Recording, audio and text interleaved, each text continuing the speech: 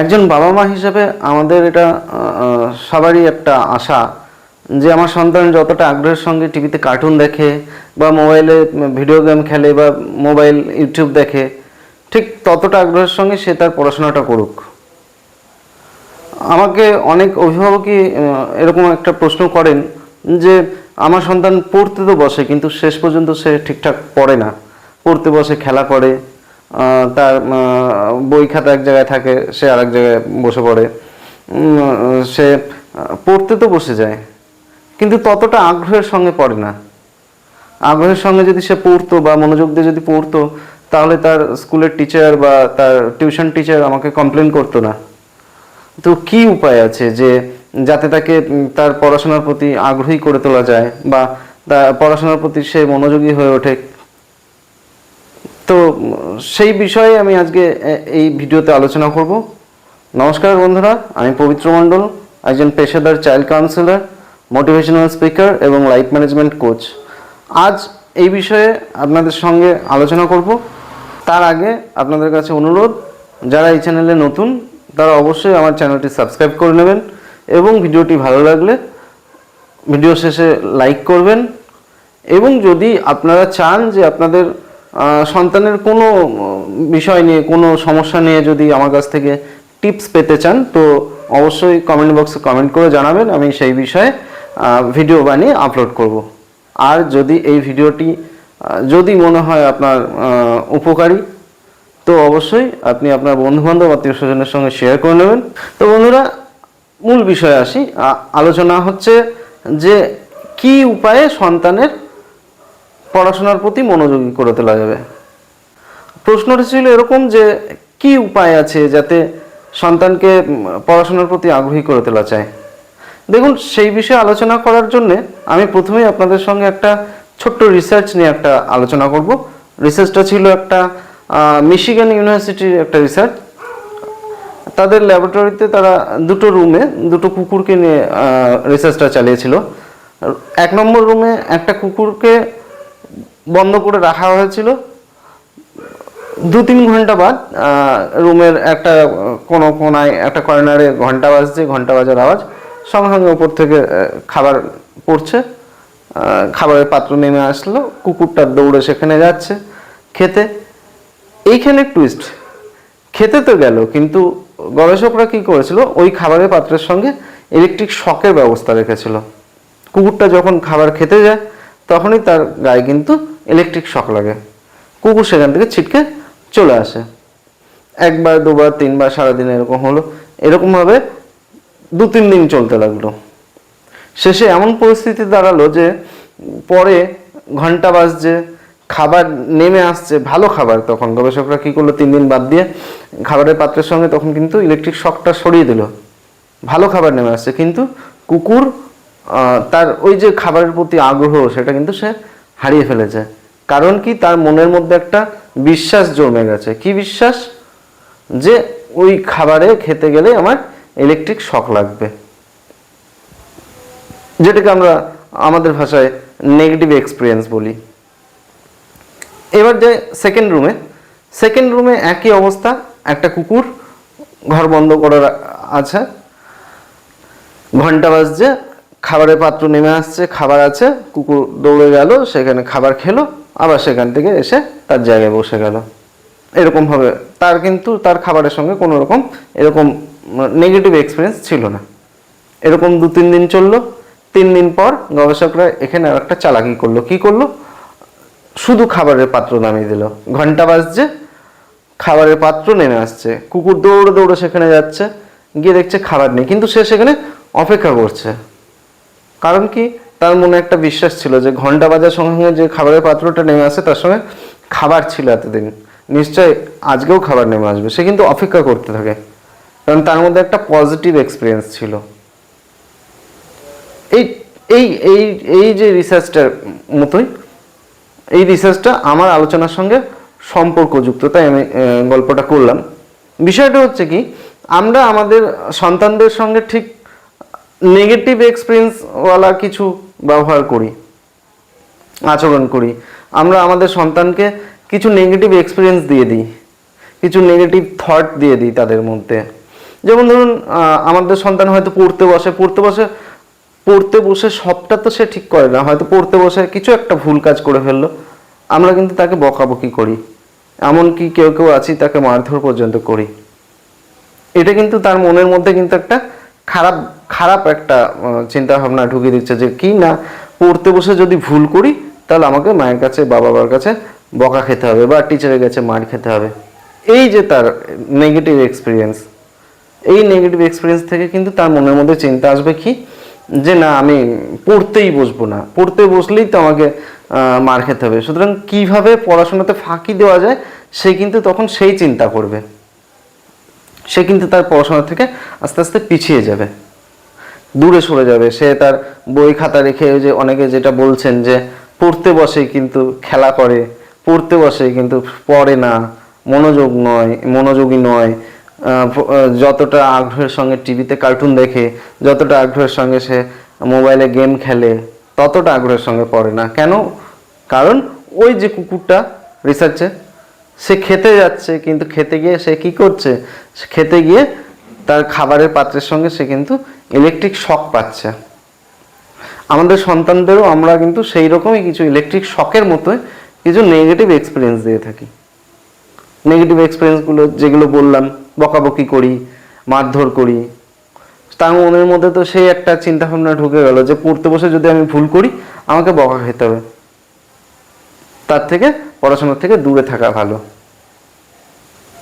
2 নম্বর ভুল করি আমরা কি, যে আমরা আমাদের সন্তানকে কিছুটা এই যুগের তালে আমরা কিছুটা জোর করে তাকে ইংরেজি মাধ্যম স্কুলে ভর্তি করে দিই। আমরা কিন্তু চিন্তা ভাবনা করি না যে আমাদের সন্তান সে ইংরেজি মাধ্যম স্কুলের পড়াশোনা সে নিজে নিতে পারবে কিনা। বর্তমান যুগ অনুযায়ী ইংরেজি মাধ্যম স্কুল অবশ্যই আমাদের দরকার, কিন্তু তার জন্য আমাদের বাড়িতে সেই পরিবেশ থাকতে হবে।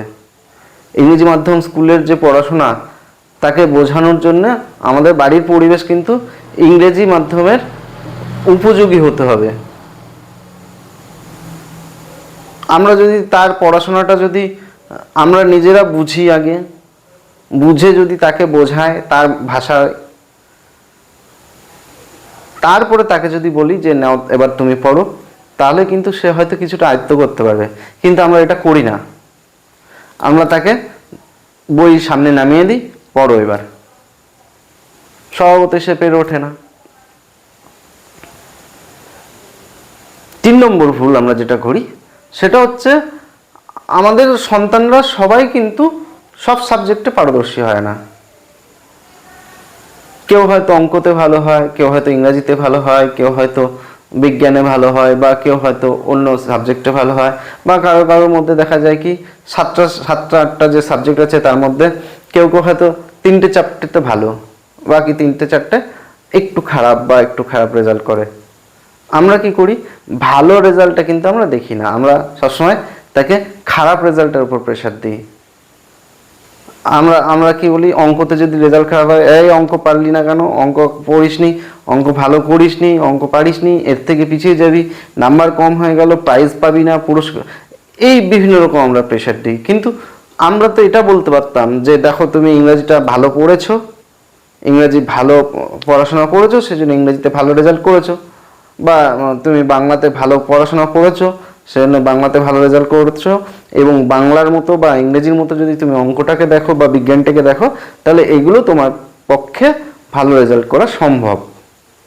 আমরা এই উৎসাহটা দিই না, আমরা বরঞ্চ তাকে কি করি, নিরুৎসাহ দিই, আমরা নেগেটিভ এক্সপিরিয়েন্স দিই, তার মধ্যে বকাবকি করি।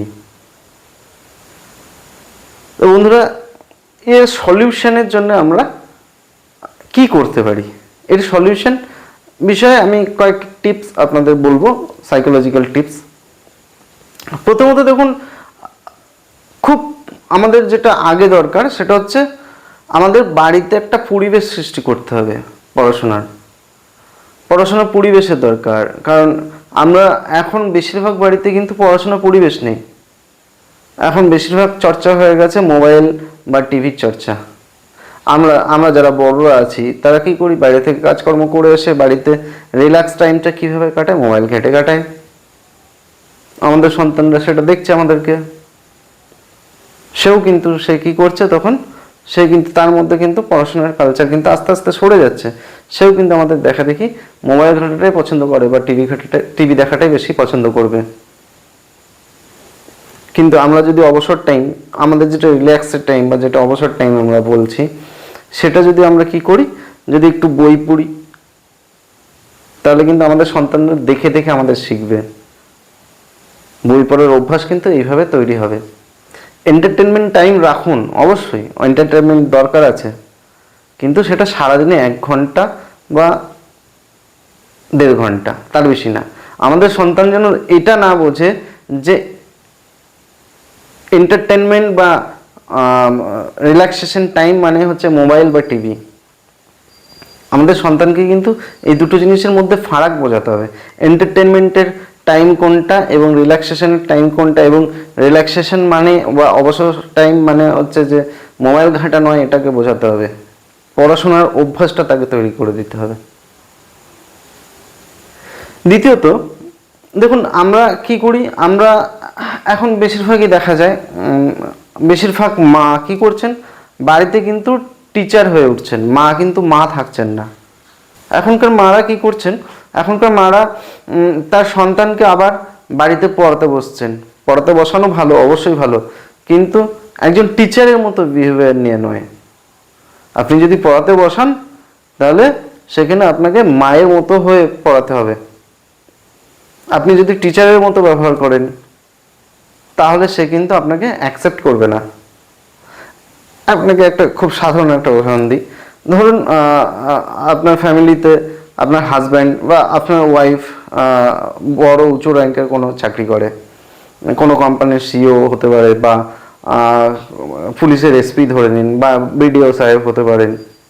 এবার ধরুন সারাদিন কাজ করার পর যখন সে বাড়িতে আসছে, তখন যদি বাড়িতে এসে সে এসপি মেজাজ বা অফিসের সিইও মেজাজ বা অফিসের বিডিও সাহেবের মতো মেজাজ নিয়ে থাকে, তাহলে ফ্যামিলি মেম্বাররা কিন্তু তাকে সহজে অ্যাকসেপ্ট করতে পারে না, তার সেই মেজাজ কিন্তু অ্যাকসেপ্ট করবে না। এটা হয় আমাদের ক্ষেত্রে। আমরা আমাদের সন্তানের সঙ্গে যদি বাবা মার মতো মিশতে না পারি, যদি সেকেন্ড টিচারের মতো ব্যবহার করি, সে কিন্তু আমাদের থেকে দূরে সরে থাকতে ভালোবাসবে।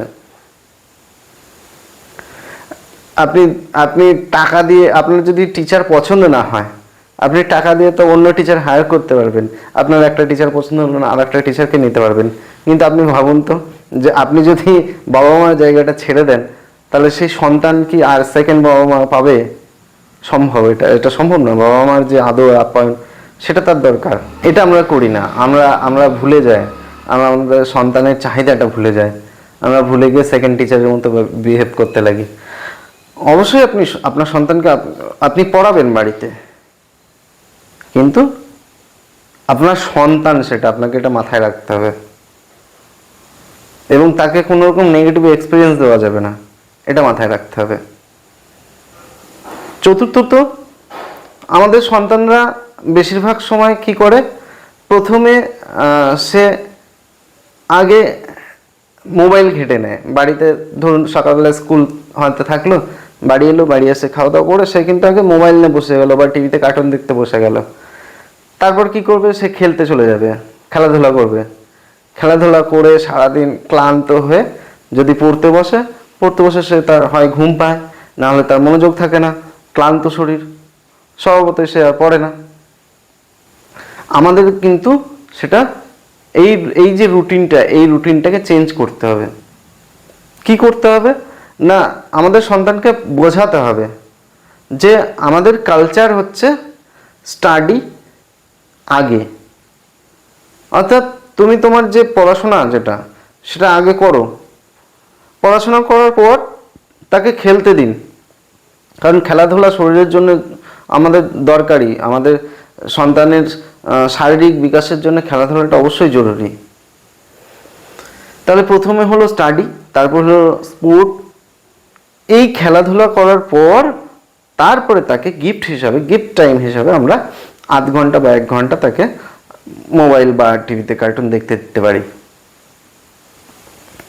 আমাদের এর সঙ্গে সঙ্গে কি করতে হবে, আমাদের সন্তানকে ওই যে স্টাডি টাইম, এই স্টাডি টাইম কিন্তু বেঁধে দিতে হবে, সারাদিনে তাকে বুঝিয়ে দিতে হবে, নির্দিষ্ট একটা টাইম দিয়ে দিতে হবে। আপনি সেটা তার তার ডেলি রুটিন যেটা আছে, স্কুলের টাইম বা টিউশন টাইম, সেখান থেকে আপনি আপনার বাড়িতে কতটুকুনি ফাঁকা টাইম আছে সেটা খুঁজে বের করুন, খুঁজে বের করে তাকে স্টাডি টাইম দিন। হয়তো দেখা গেলো সে সকাল দিকে ফাঁকা আছে, তাকে তাহলে সকাল 7টা থেকে সকাল 9টা অবধি তাকে বলে দিন যে সকাল 7টা থেকে সকাল 9টা অবধি তোমার এটা একদম কম্পালসারি, তোমাকে এই টাইমটা পড়তে বসতে হবে। তারপরে সারাদিন তার যাবতীয় কাজকর্ম করলো, খেলাধুলা, স্পোর্ট, খাওয়া দাওয়া, চান, স্কুলে যাওয়া, যাবতীয় করার পর আবার সন্ধ্যাবেলায় তার 2 ঘন্টা বা 1 ঘন্টা 1.5 ঘন্টা যতটুকু সম্ভব সেই টাইমটা একটা স্টাডি টাইম বেঁধে দিন। এই যে ডেলি রুটিন, এই ডেলি রুটিনটা কিন্তু দরকার। ওই সন্তানের মাথার মধ্যে থাকতে হবে যে আমাকে এই টাইমে কিন্তু পড়াশোনা করতে বসতে হবে, এটা খুব জরুরি। শুধু তাই নয়, এর সঙ্গে তাকে কিন্তু টার্গেট দিতে হবে। অর্থাৎ আজকে পড়তে বসলো, আজকে পড়ার সময় আগামীকাল সে কি পড়বে সেই টার্গেটটা দিতে হবে। অর্থাৎ ধরুন কোনো একটা সাবজেক্টে হয়তো আজকে 1 পাতা 2 পাতা পড়লো, আগামীকাল 3 এবং 4 পাতা এইটা তাকে পড়তে হবে, এই টার্গেটটা তাকে দিতে হবে। কারণ আবোল তাবোল হবে, এলোমেলো হবে, তাকে পড়তে বসিয়ে দিলাম, বসে গেল, সেটা কিন্তু হবে না, কারণ তার কিন্তু ফোকাস থাকবে না। অর্থাৎ তাহলে আমাদের কি দাঁড়ালো, আমাদের তার একটা ডেইলি রুটিন বেঁধে দিতে হবে এবং টার্গেট বেঁধে দিতে হবে। এরপরের বিষয় হচ্ছে যেটা আমি বলবো সেটা হচ্ছে বাচ্চাদের যে স্মৃতিশক্তি যদি বলি, সেটা কিন্তু অন্য রকমের হয়। তারা গল্প গুজব বা কোনো যদি গান বা কোনো খেলা, অর্থাৎ তারা ইমাজিনেশনটা ভালোবাসে বা ইমাজিনেশন শক্তিটা তাদের বেশি হয়। আমাদের এই যে ব্রেন, এই যে মাথাটা, এই মাথাটাকে আমরা যদি এই বরাবর ভাগ করি, সাইকোলজিক্যাল ব্রেন আমাদেরকে এই দিকটা রাইট ব্রেন বলে, এদিকটা লেফট ব্রেন বলে। এই রাইট ব্রেনটাকে ক্রিয়েটিভ ব্রেন বলা হয়, এদিকটা ইমাজিনেশন পাওয়ার থাকে, কল্পনা শক্তি থাকে আমাদের। এই রাইট ব্রেনটাকে আমাদের ব্যবহার করতে হবে। এই রাইট ব্রেনের পাওয়ারটা অনেক বেশি হয় শিশুদের। এই কল্পনা শক্তি, তাদের যে কল্পনা শক্তি, অর্থাৎ একটা শিশু বা 5 থেকে 15 বছর বয়সের শিশুদের মধ্যে কল্পনা শক্তির ক্ষমতাটা অনেকটা বেশি হয়। তার জন্য আমাদের উচিত কি, তাদের যে পড়াশোনার যে বিষয়, সেটাকে আমাদেরকে আগে বুঝতে হবে, বাড়িতে বুঝে নিয়ে তাকে গল্প ছলে পড়ান। দেখবেন সে কিন্তু বেশি তাড়াতাড়ি সেটা গ্রহণ করতে পারবে এবং অনেকক্ষণ পর্যন্ত সে মনে রাখতে পারবে।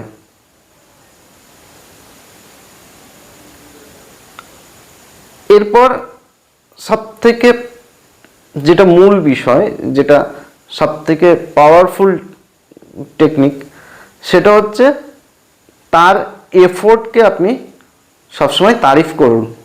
অর্থাৎ আপনার সন্তান পড়াশোনা করছে, পড়াশোনা করে হয়তো কোনো একটা সাবজেক্টে ভালো রেজাল্ট করেছে, সেই বিষয়টাকে আপনি প্রশংসা করুন, তার রেজাল্টকে নয়।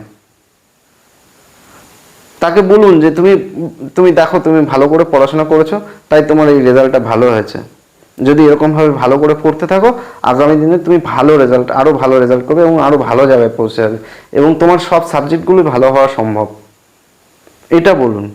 তাকে যদি আপনি রেজাল্টে টার্গেট দিয়ে দেন যে তোমাকে ফার্স্ট হতে হবে, তোমাকে 80% মার্কস নিতে হবে, তোমাকে ওই যে ছেলেটা আছে তাকে তোমাকে হারাতে হবে, বা তোমাকে অমুক পরীক্ষায় ফার্স্ট হয়ে আসতে হবে, তোমাকে অমুক পরীক্ষায় পুরস্কার নিয়ে আসতে হবে, তাহলে কিন্তু সে তার মাথার মধ্যে প্রেশার নিয়ে যাবে, সে কিন্তু পড়াশোনা করবে না, পড়াশোনাটাকে সে ভয় পাবে।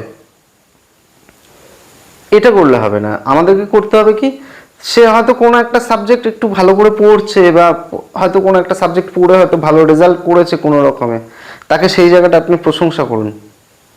তাকে প্রশংসা নয়, তার কাজটাকে প্রশংসা করুন যে তুমি ভালো করে পড়েছো, তাই তোমার এই রেজাল্টটা ভালো হয়েছে, তাকে নয়। তার কাজটাকে, তার মনের মধ্যে যেন ঢোকে যে হ্যাঁ আমি ভালো করে পড়ে তবে এই রেজাল্টটা পেয়েছি। আমি ভালো নই, আমি সব পারি তা নয়, আমি করেছি বলে পেরেছি, অর্থাৎ আমাকে করতে হবে, যদি করি তাহলে আমি অবশ্যই ফল পাবো। অর্থাৎ আমি যদি পড়তে বসি, ভালো করে পড়ি, তাহলে আমার রেজাল্ট ভালো হবে, এটা তাকে বুঝতে হবে। এবং বোঝানোর দায় কিন্তু আপনার, এবং বোঝানোর টেকনিকটা কিভাবে আপনি অ্যাপ্লাই করবেন সেটা কিন্তু আমি বলে দিলাম। আজ থেকে এটা করে দেখুন, আমি যে টেকনিকগুলো বললাম, বেশি না, আপনি 6 মাস এই টেকনিকে আপনি আপনার সন্তানের সঙ্গে বিহেভ করতে থাকুন, দেখুন আপনার সন্তান অবশ্যই পরবর্তী দিনে একটা ভালো জায়গায় পৌঁছাবে। তো বন্ধুরা, আজকের ভিডিও এই পর্যন্তই, আজকের আলোচনা এই পর্যন্তই। দেখা হবে পরের কোনো ভিডিওতে। আবার আপনাদের কাছে অনুরোধ করব যে যদিও ভিডিওটা ভালো লাগে তাহলে অবশ্যই লাইক করবেন, এবং যদি মনে হয় যে ভিডিওটি আপনাদের উপকারী হলো, তো অবশ্যই আপনি আপনার বন্ধু বান্ধব এবং আত্মীয় স্বজনের সঙ্গে এটা শেয়ার করে নেবেন, এবং যদি চ্যানেলে নতুন হন চ্যানেলটি সাবস্ক্রাইব করে নেবেন। ধন্যবাদ।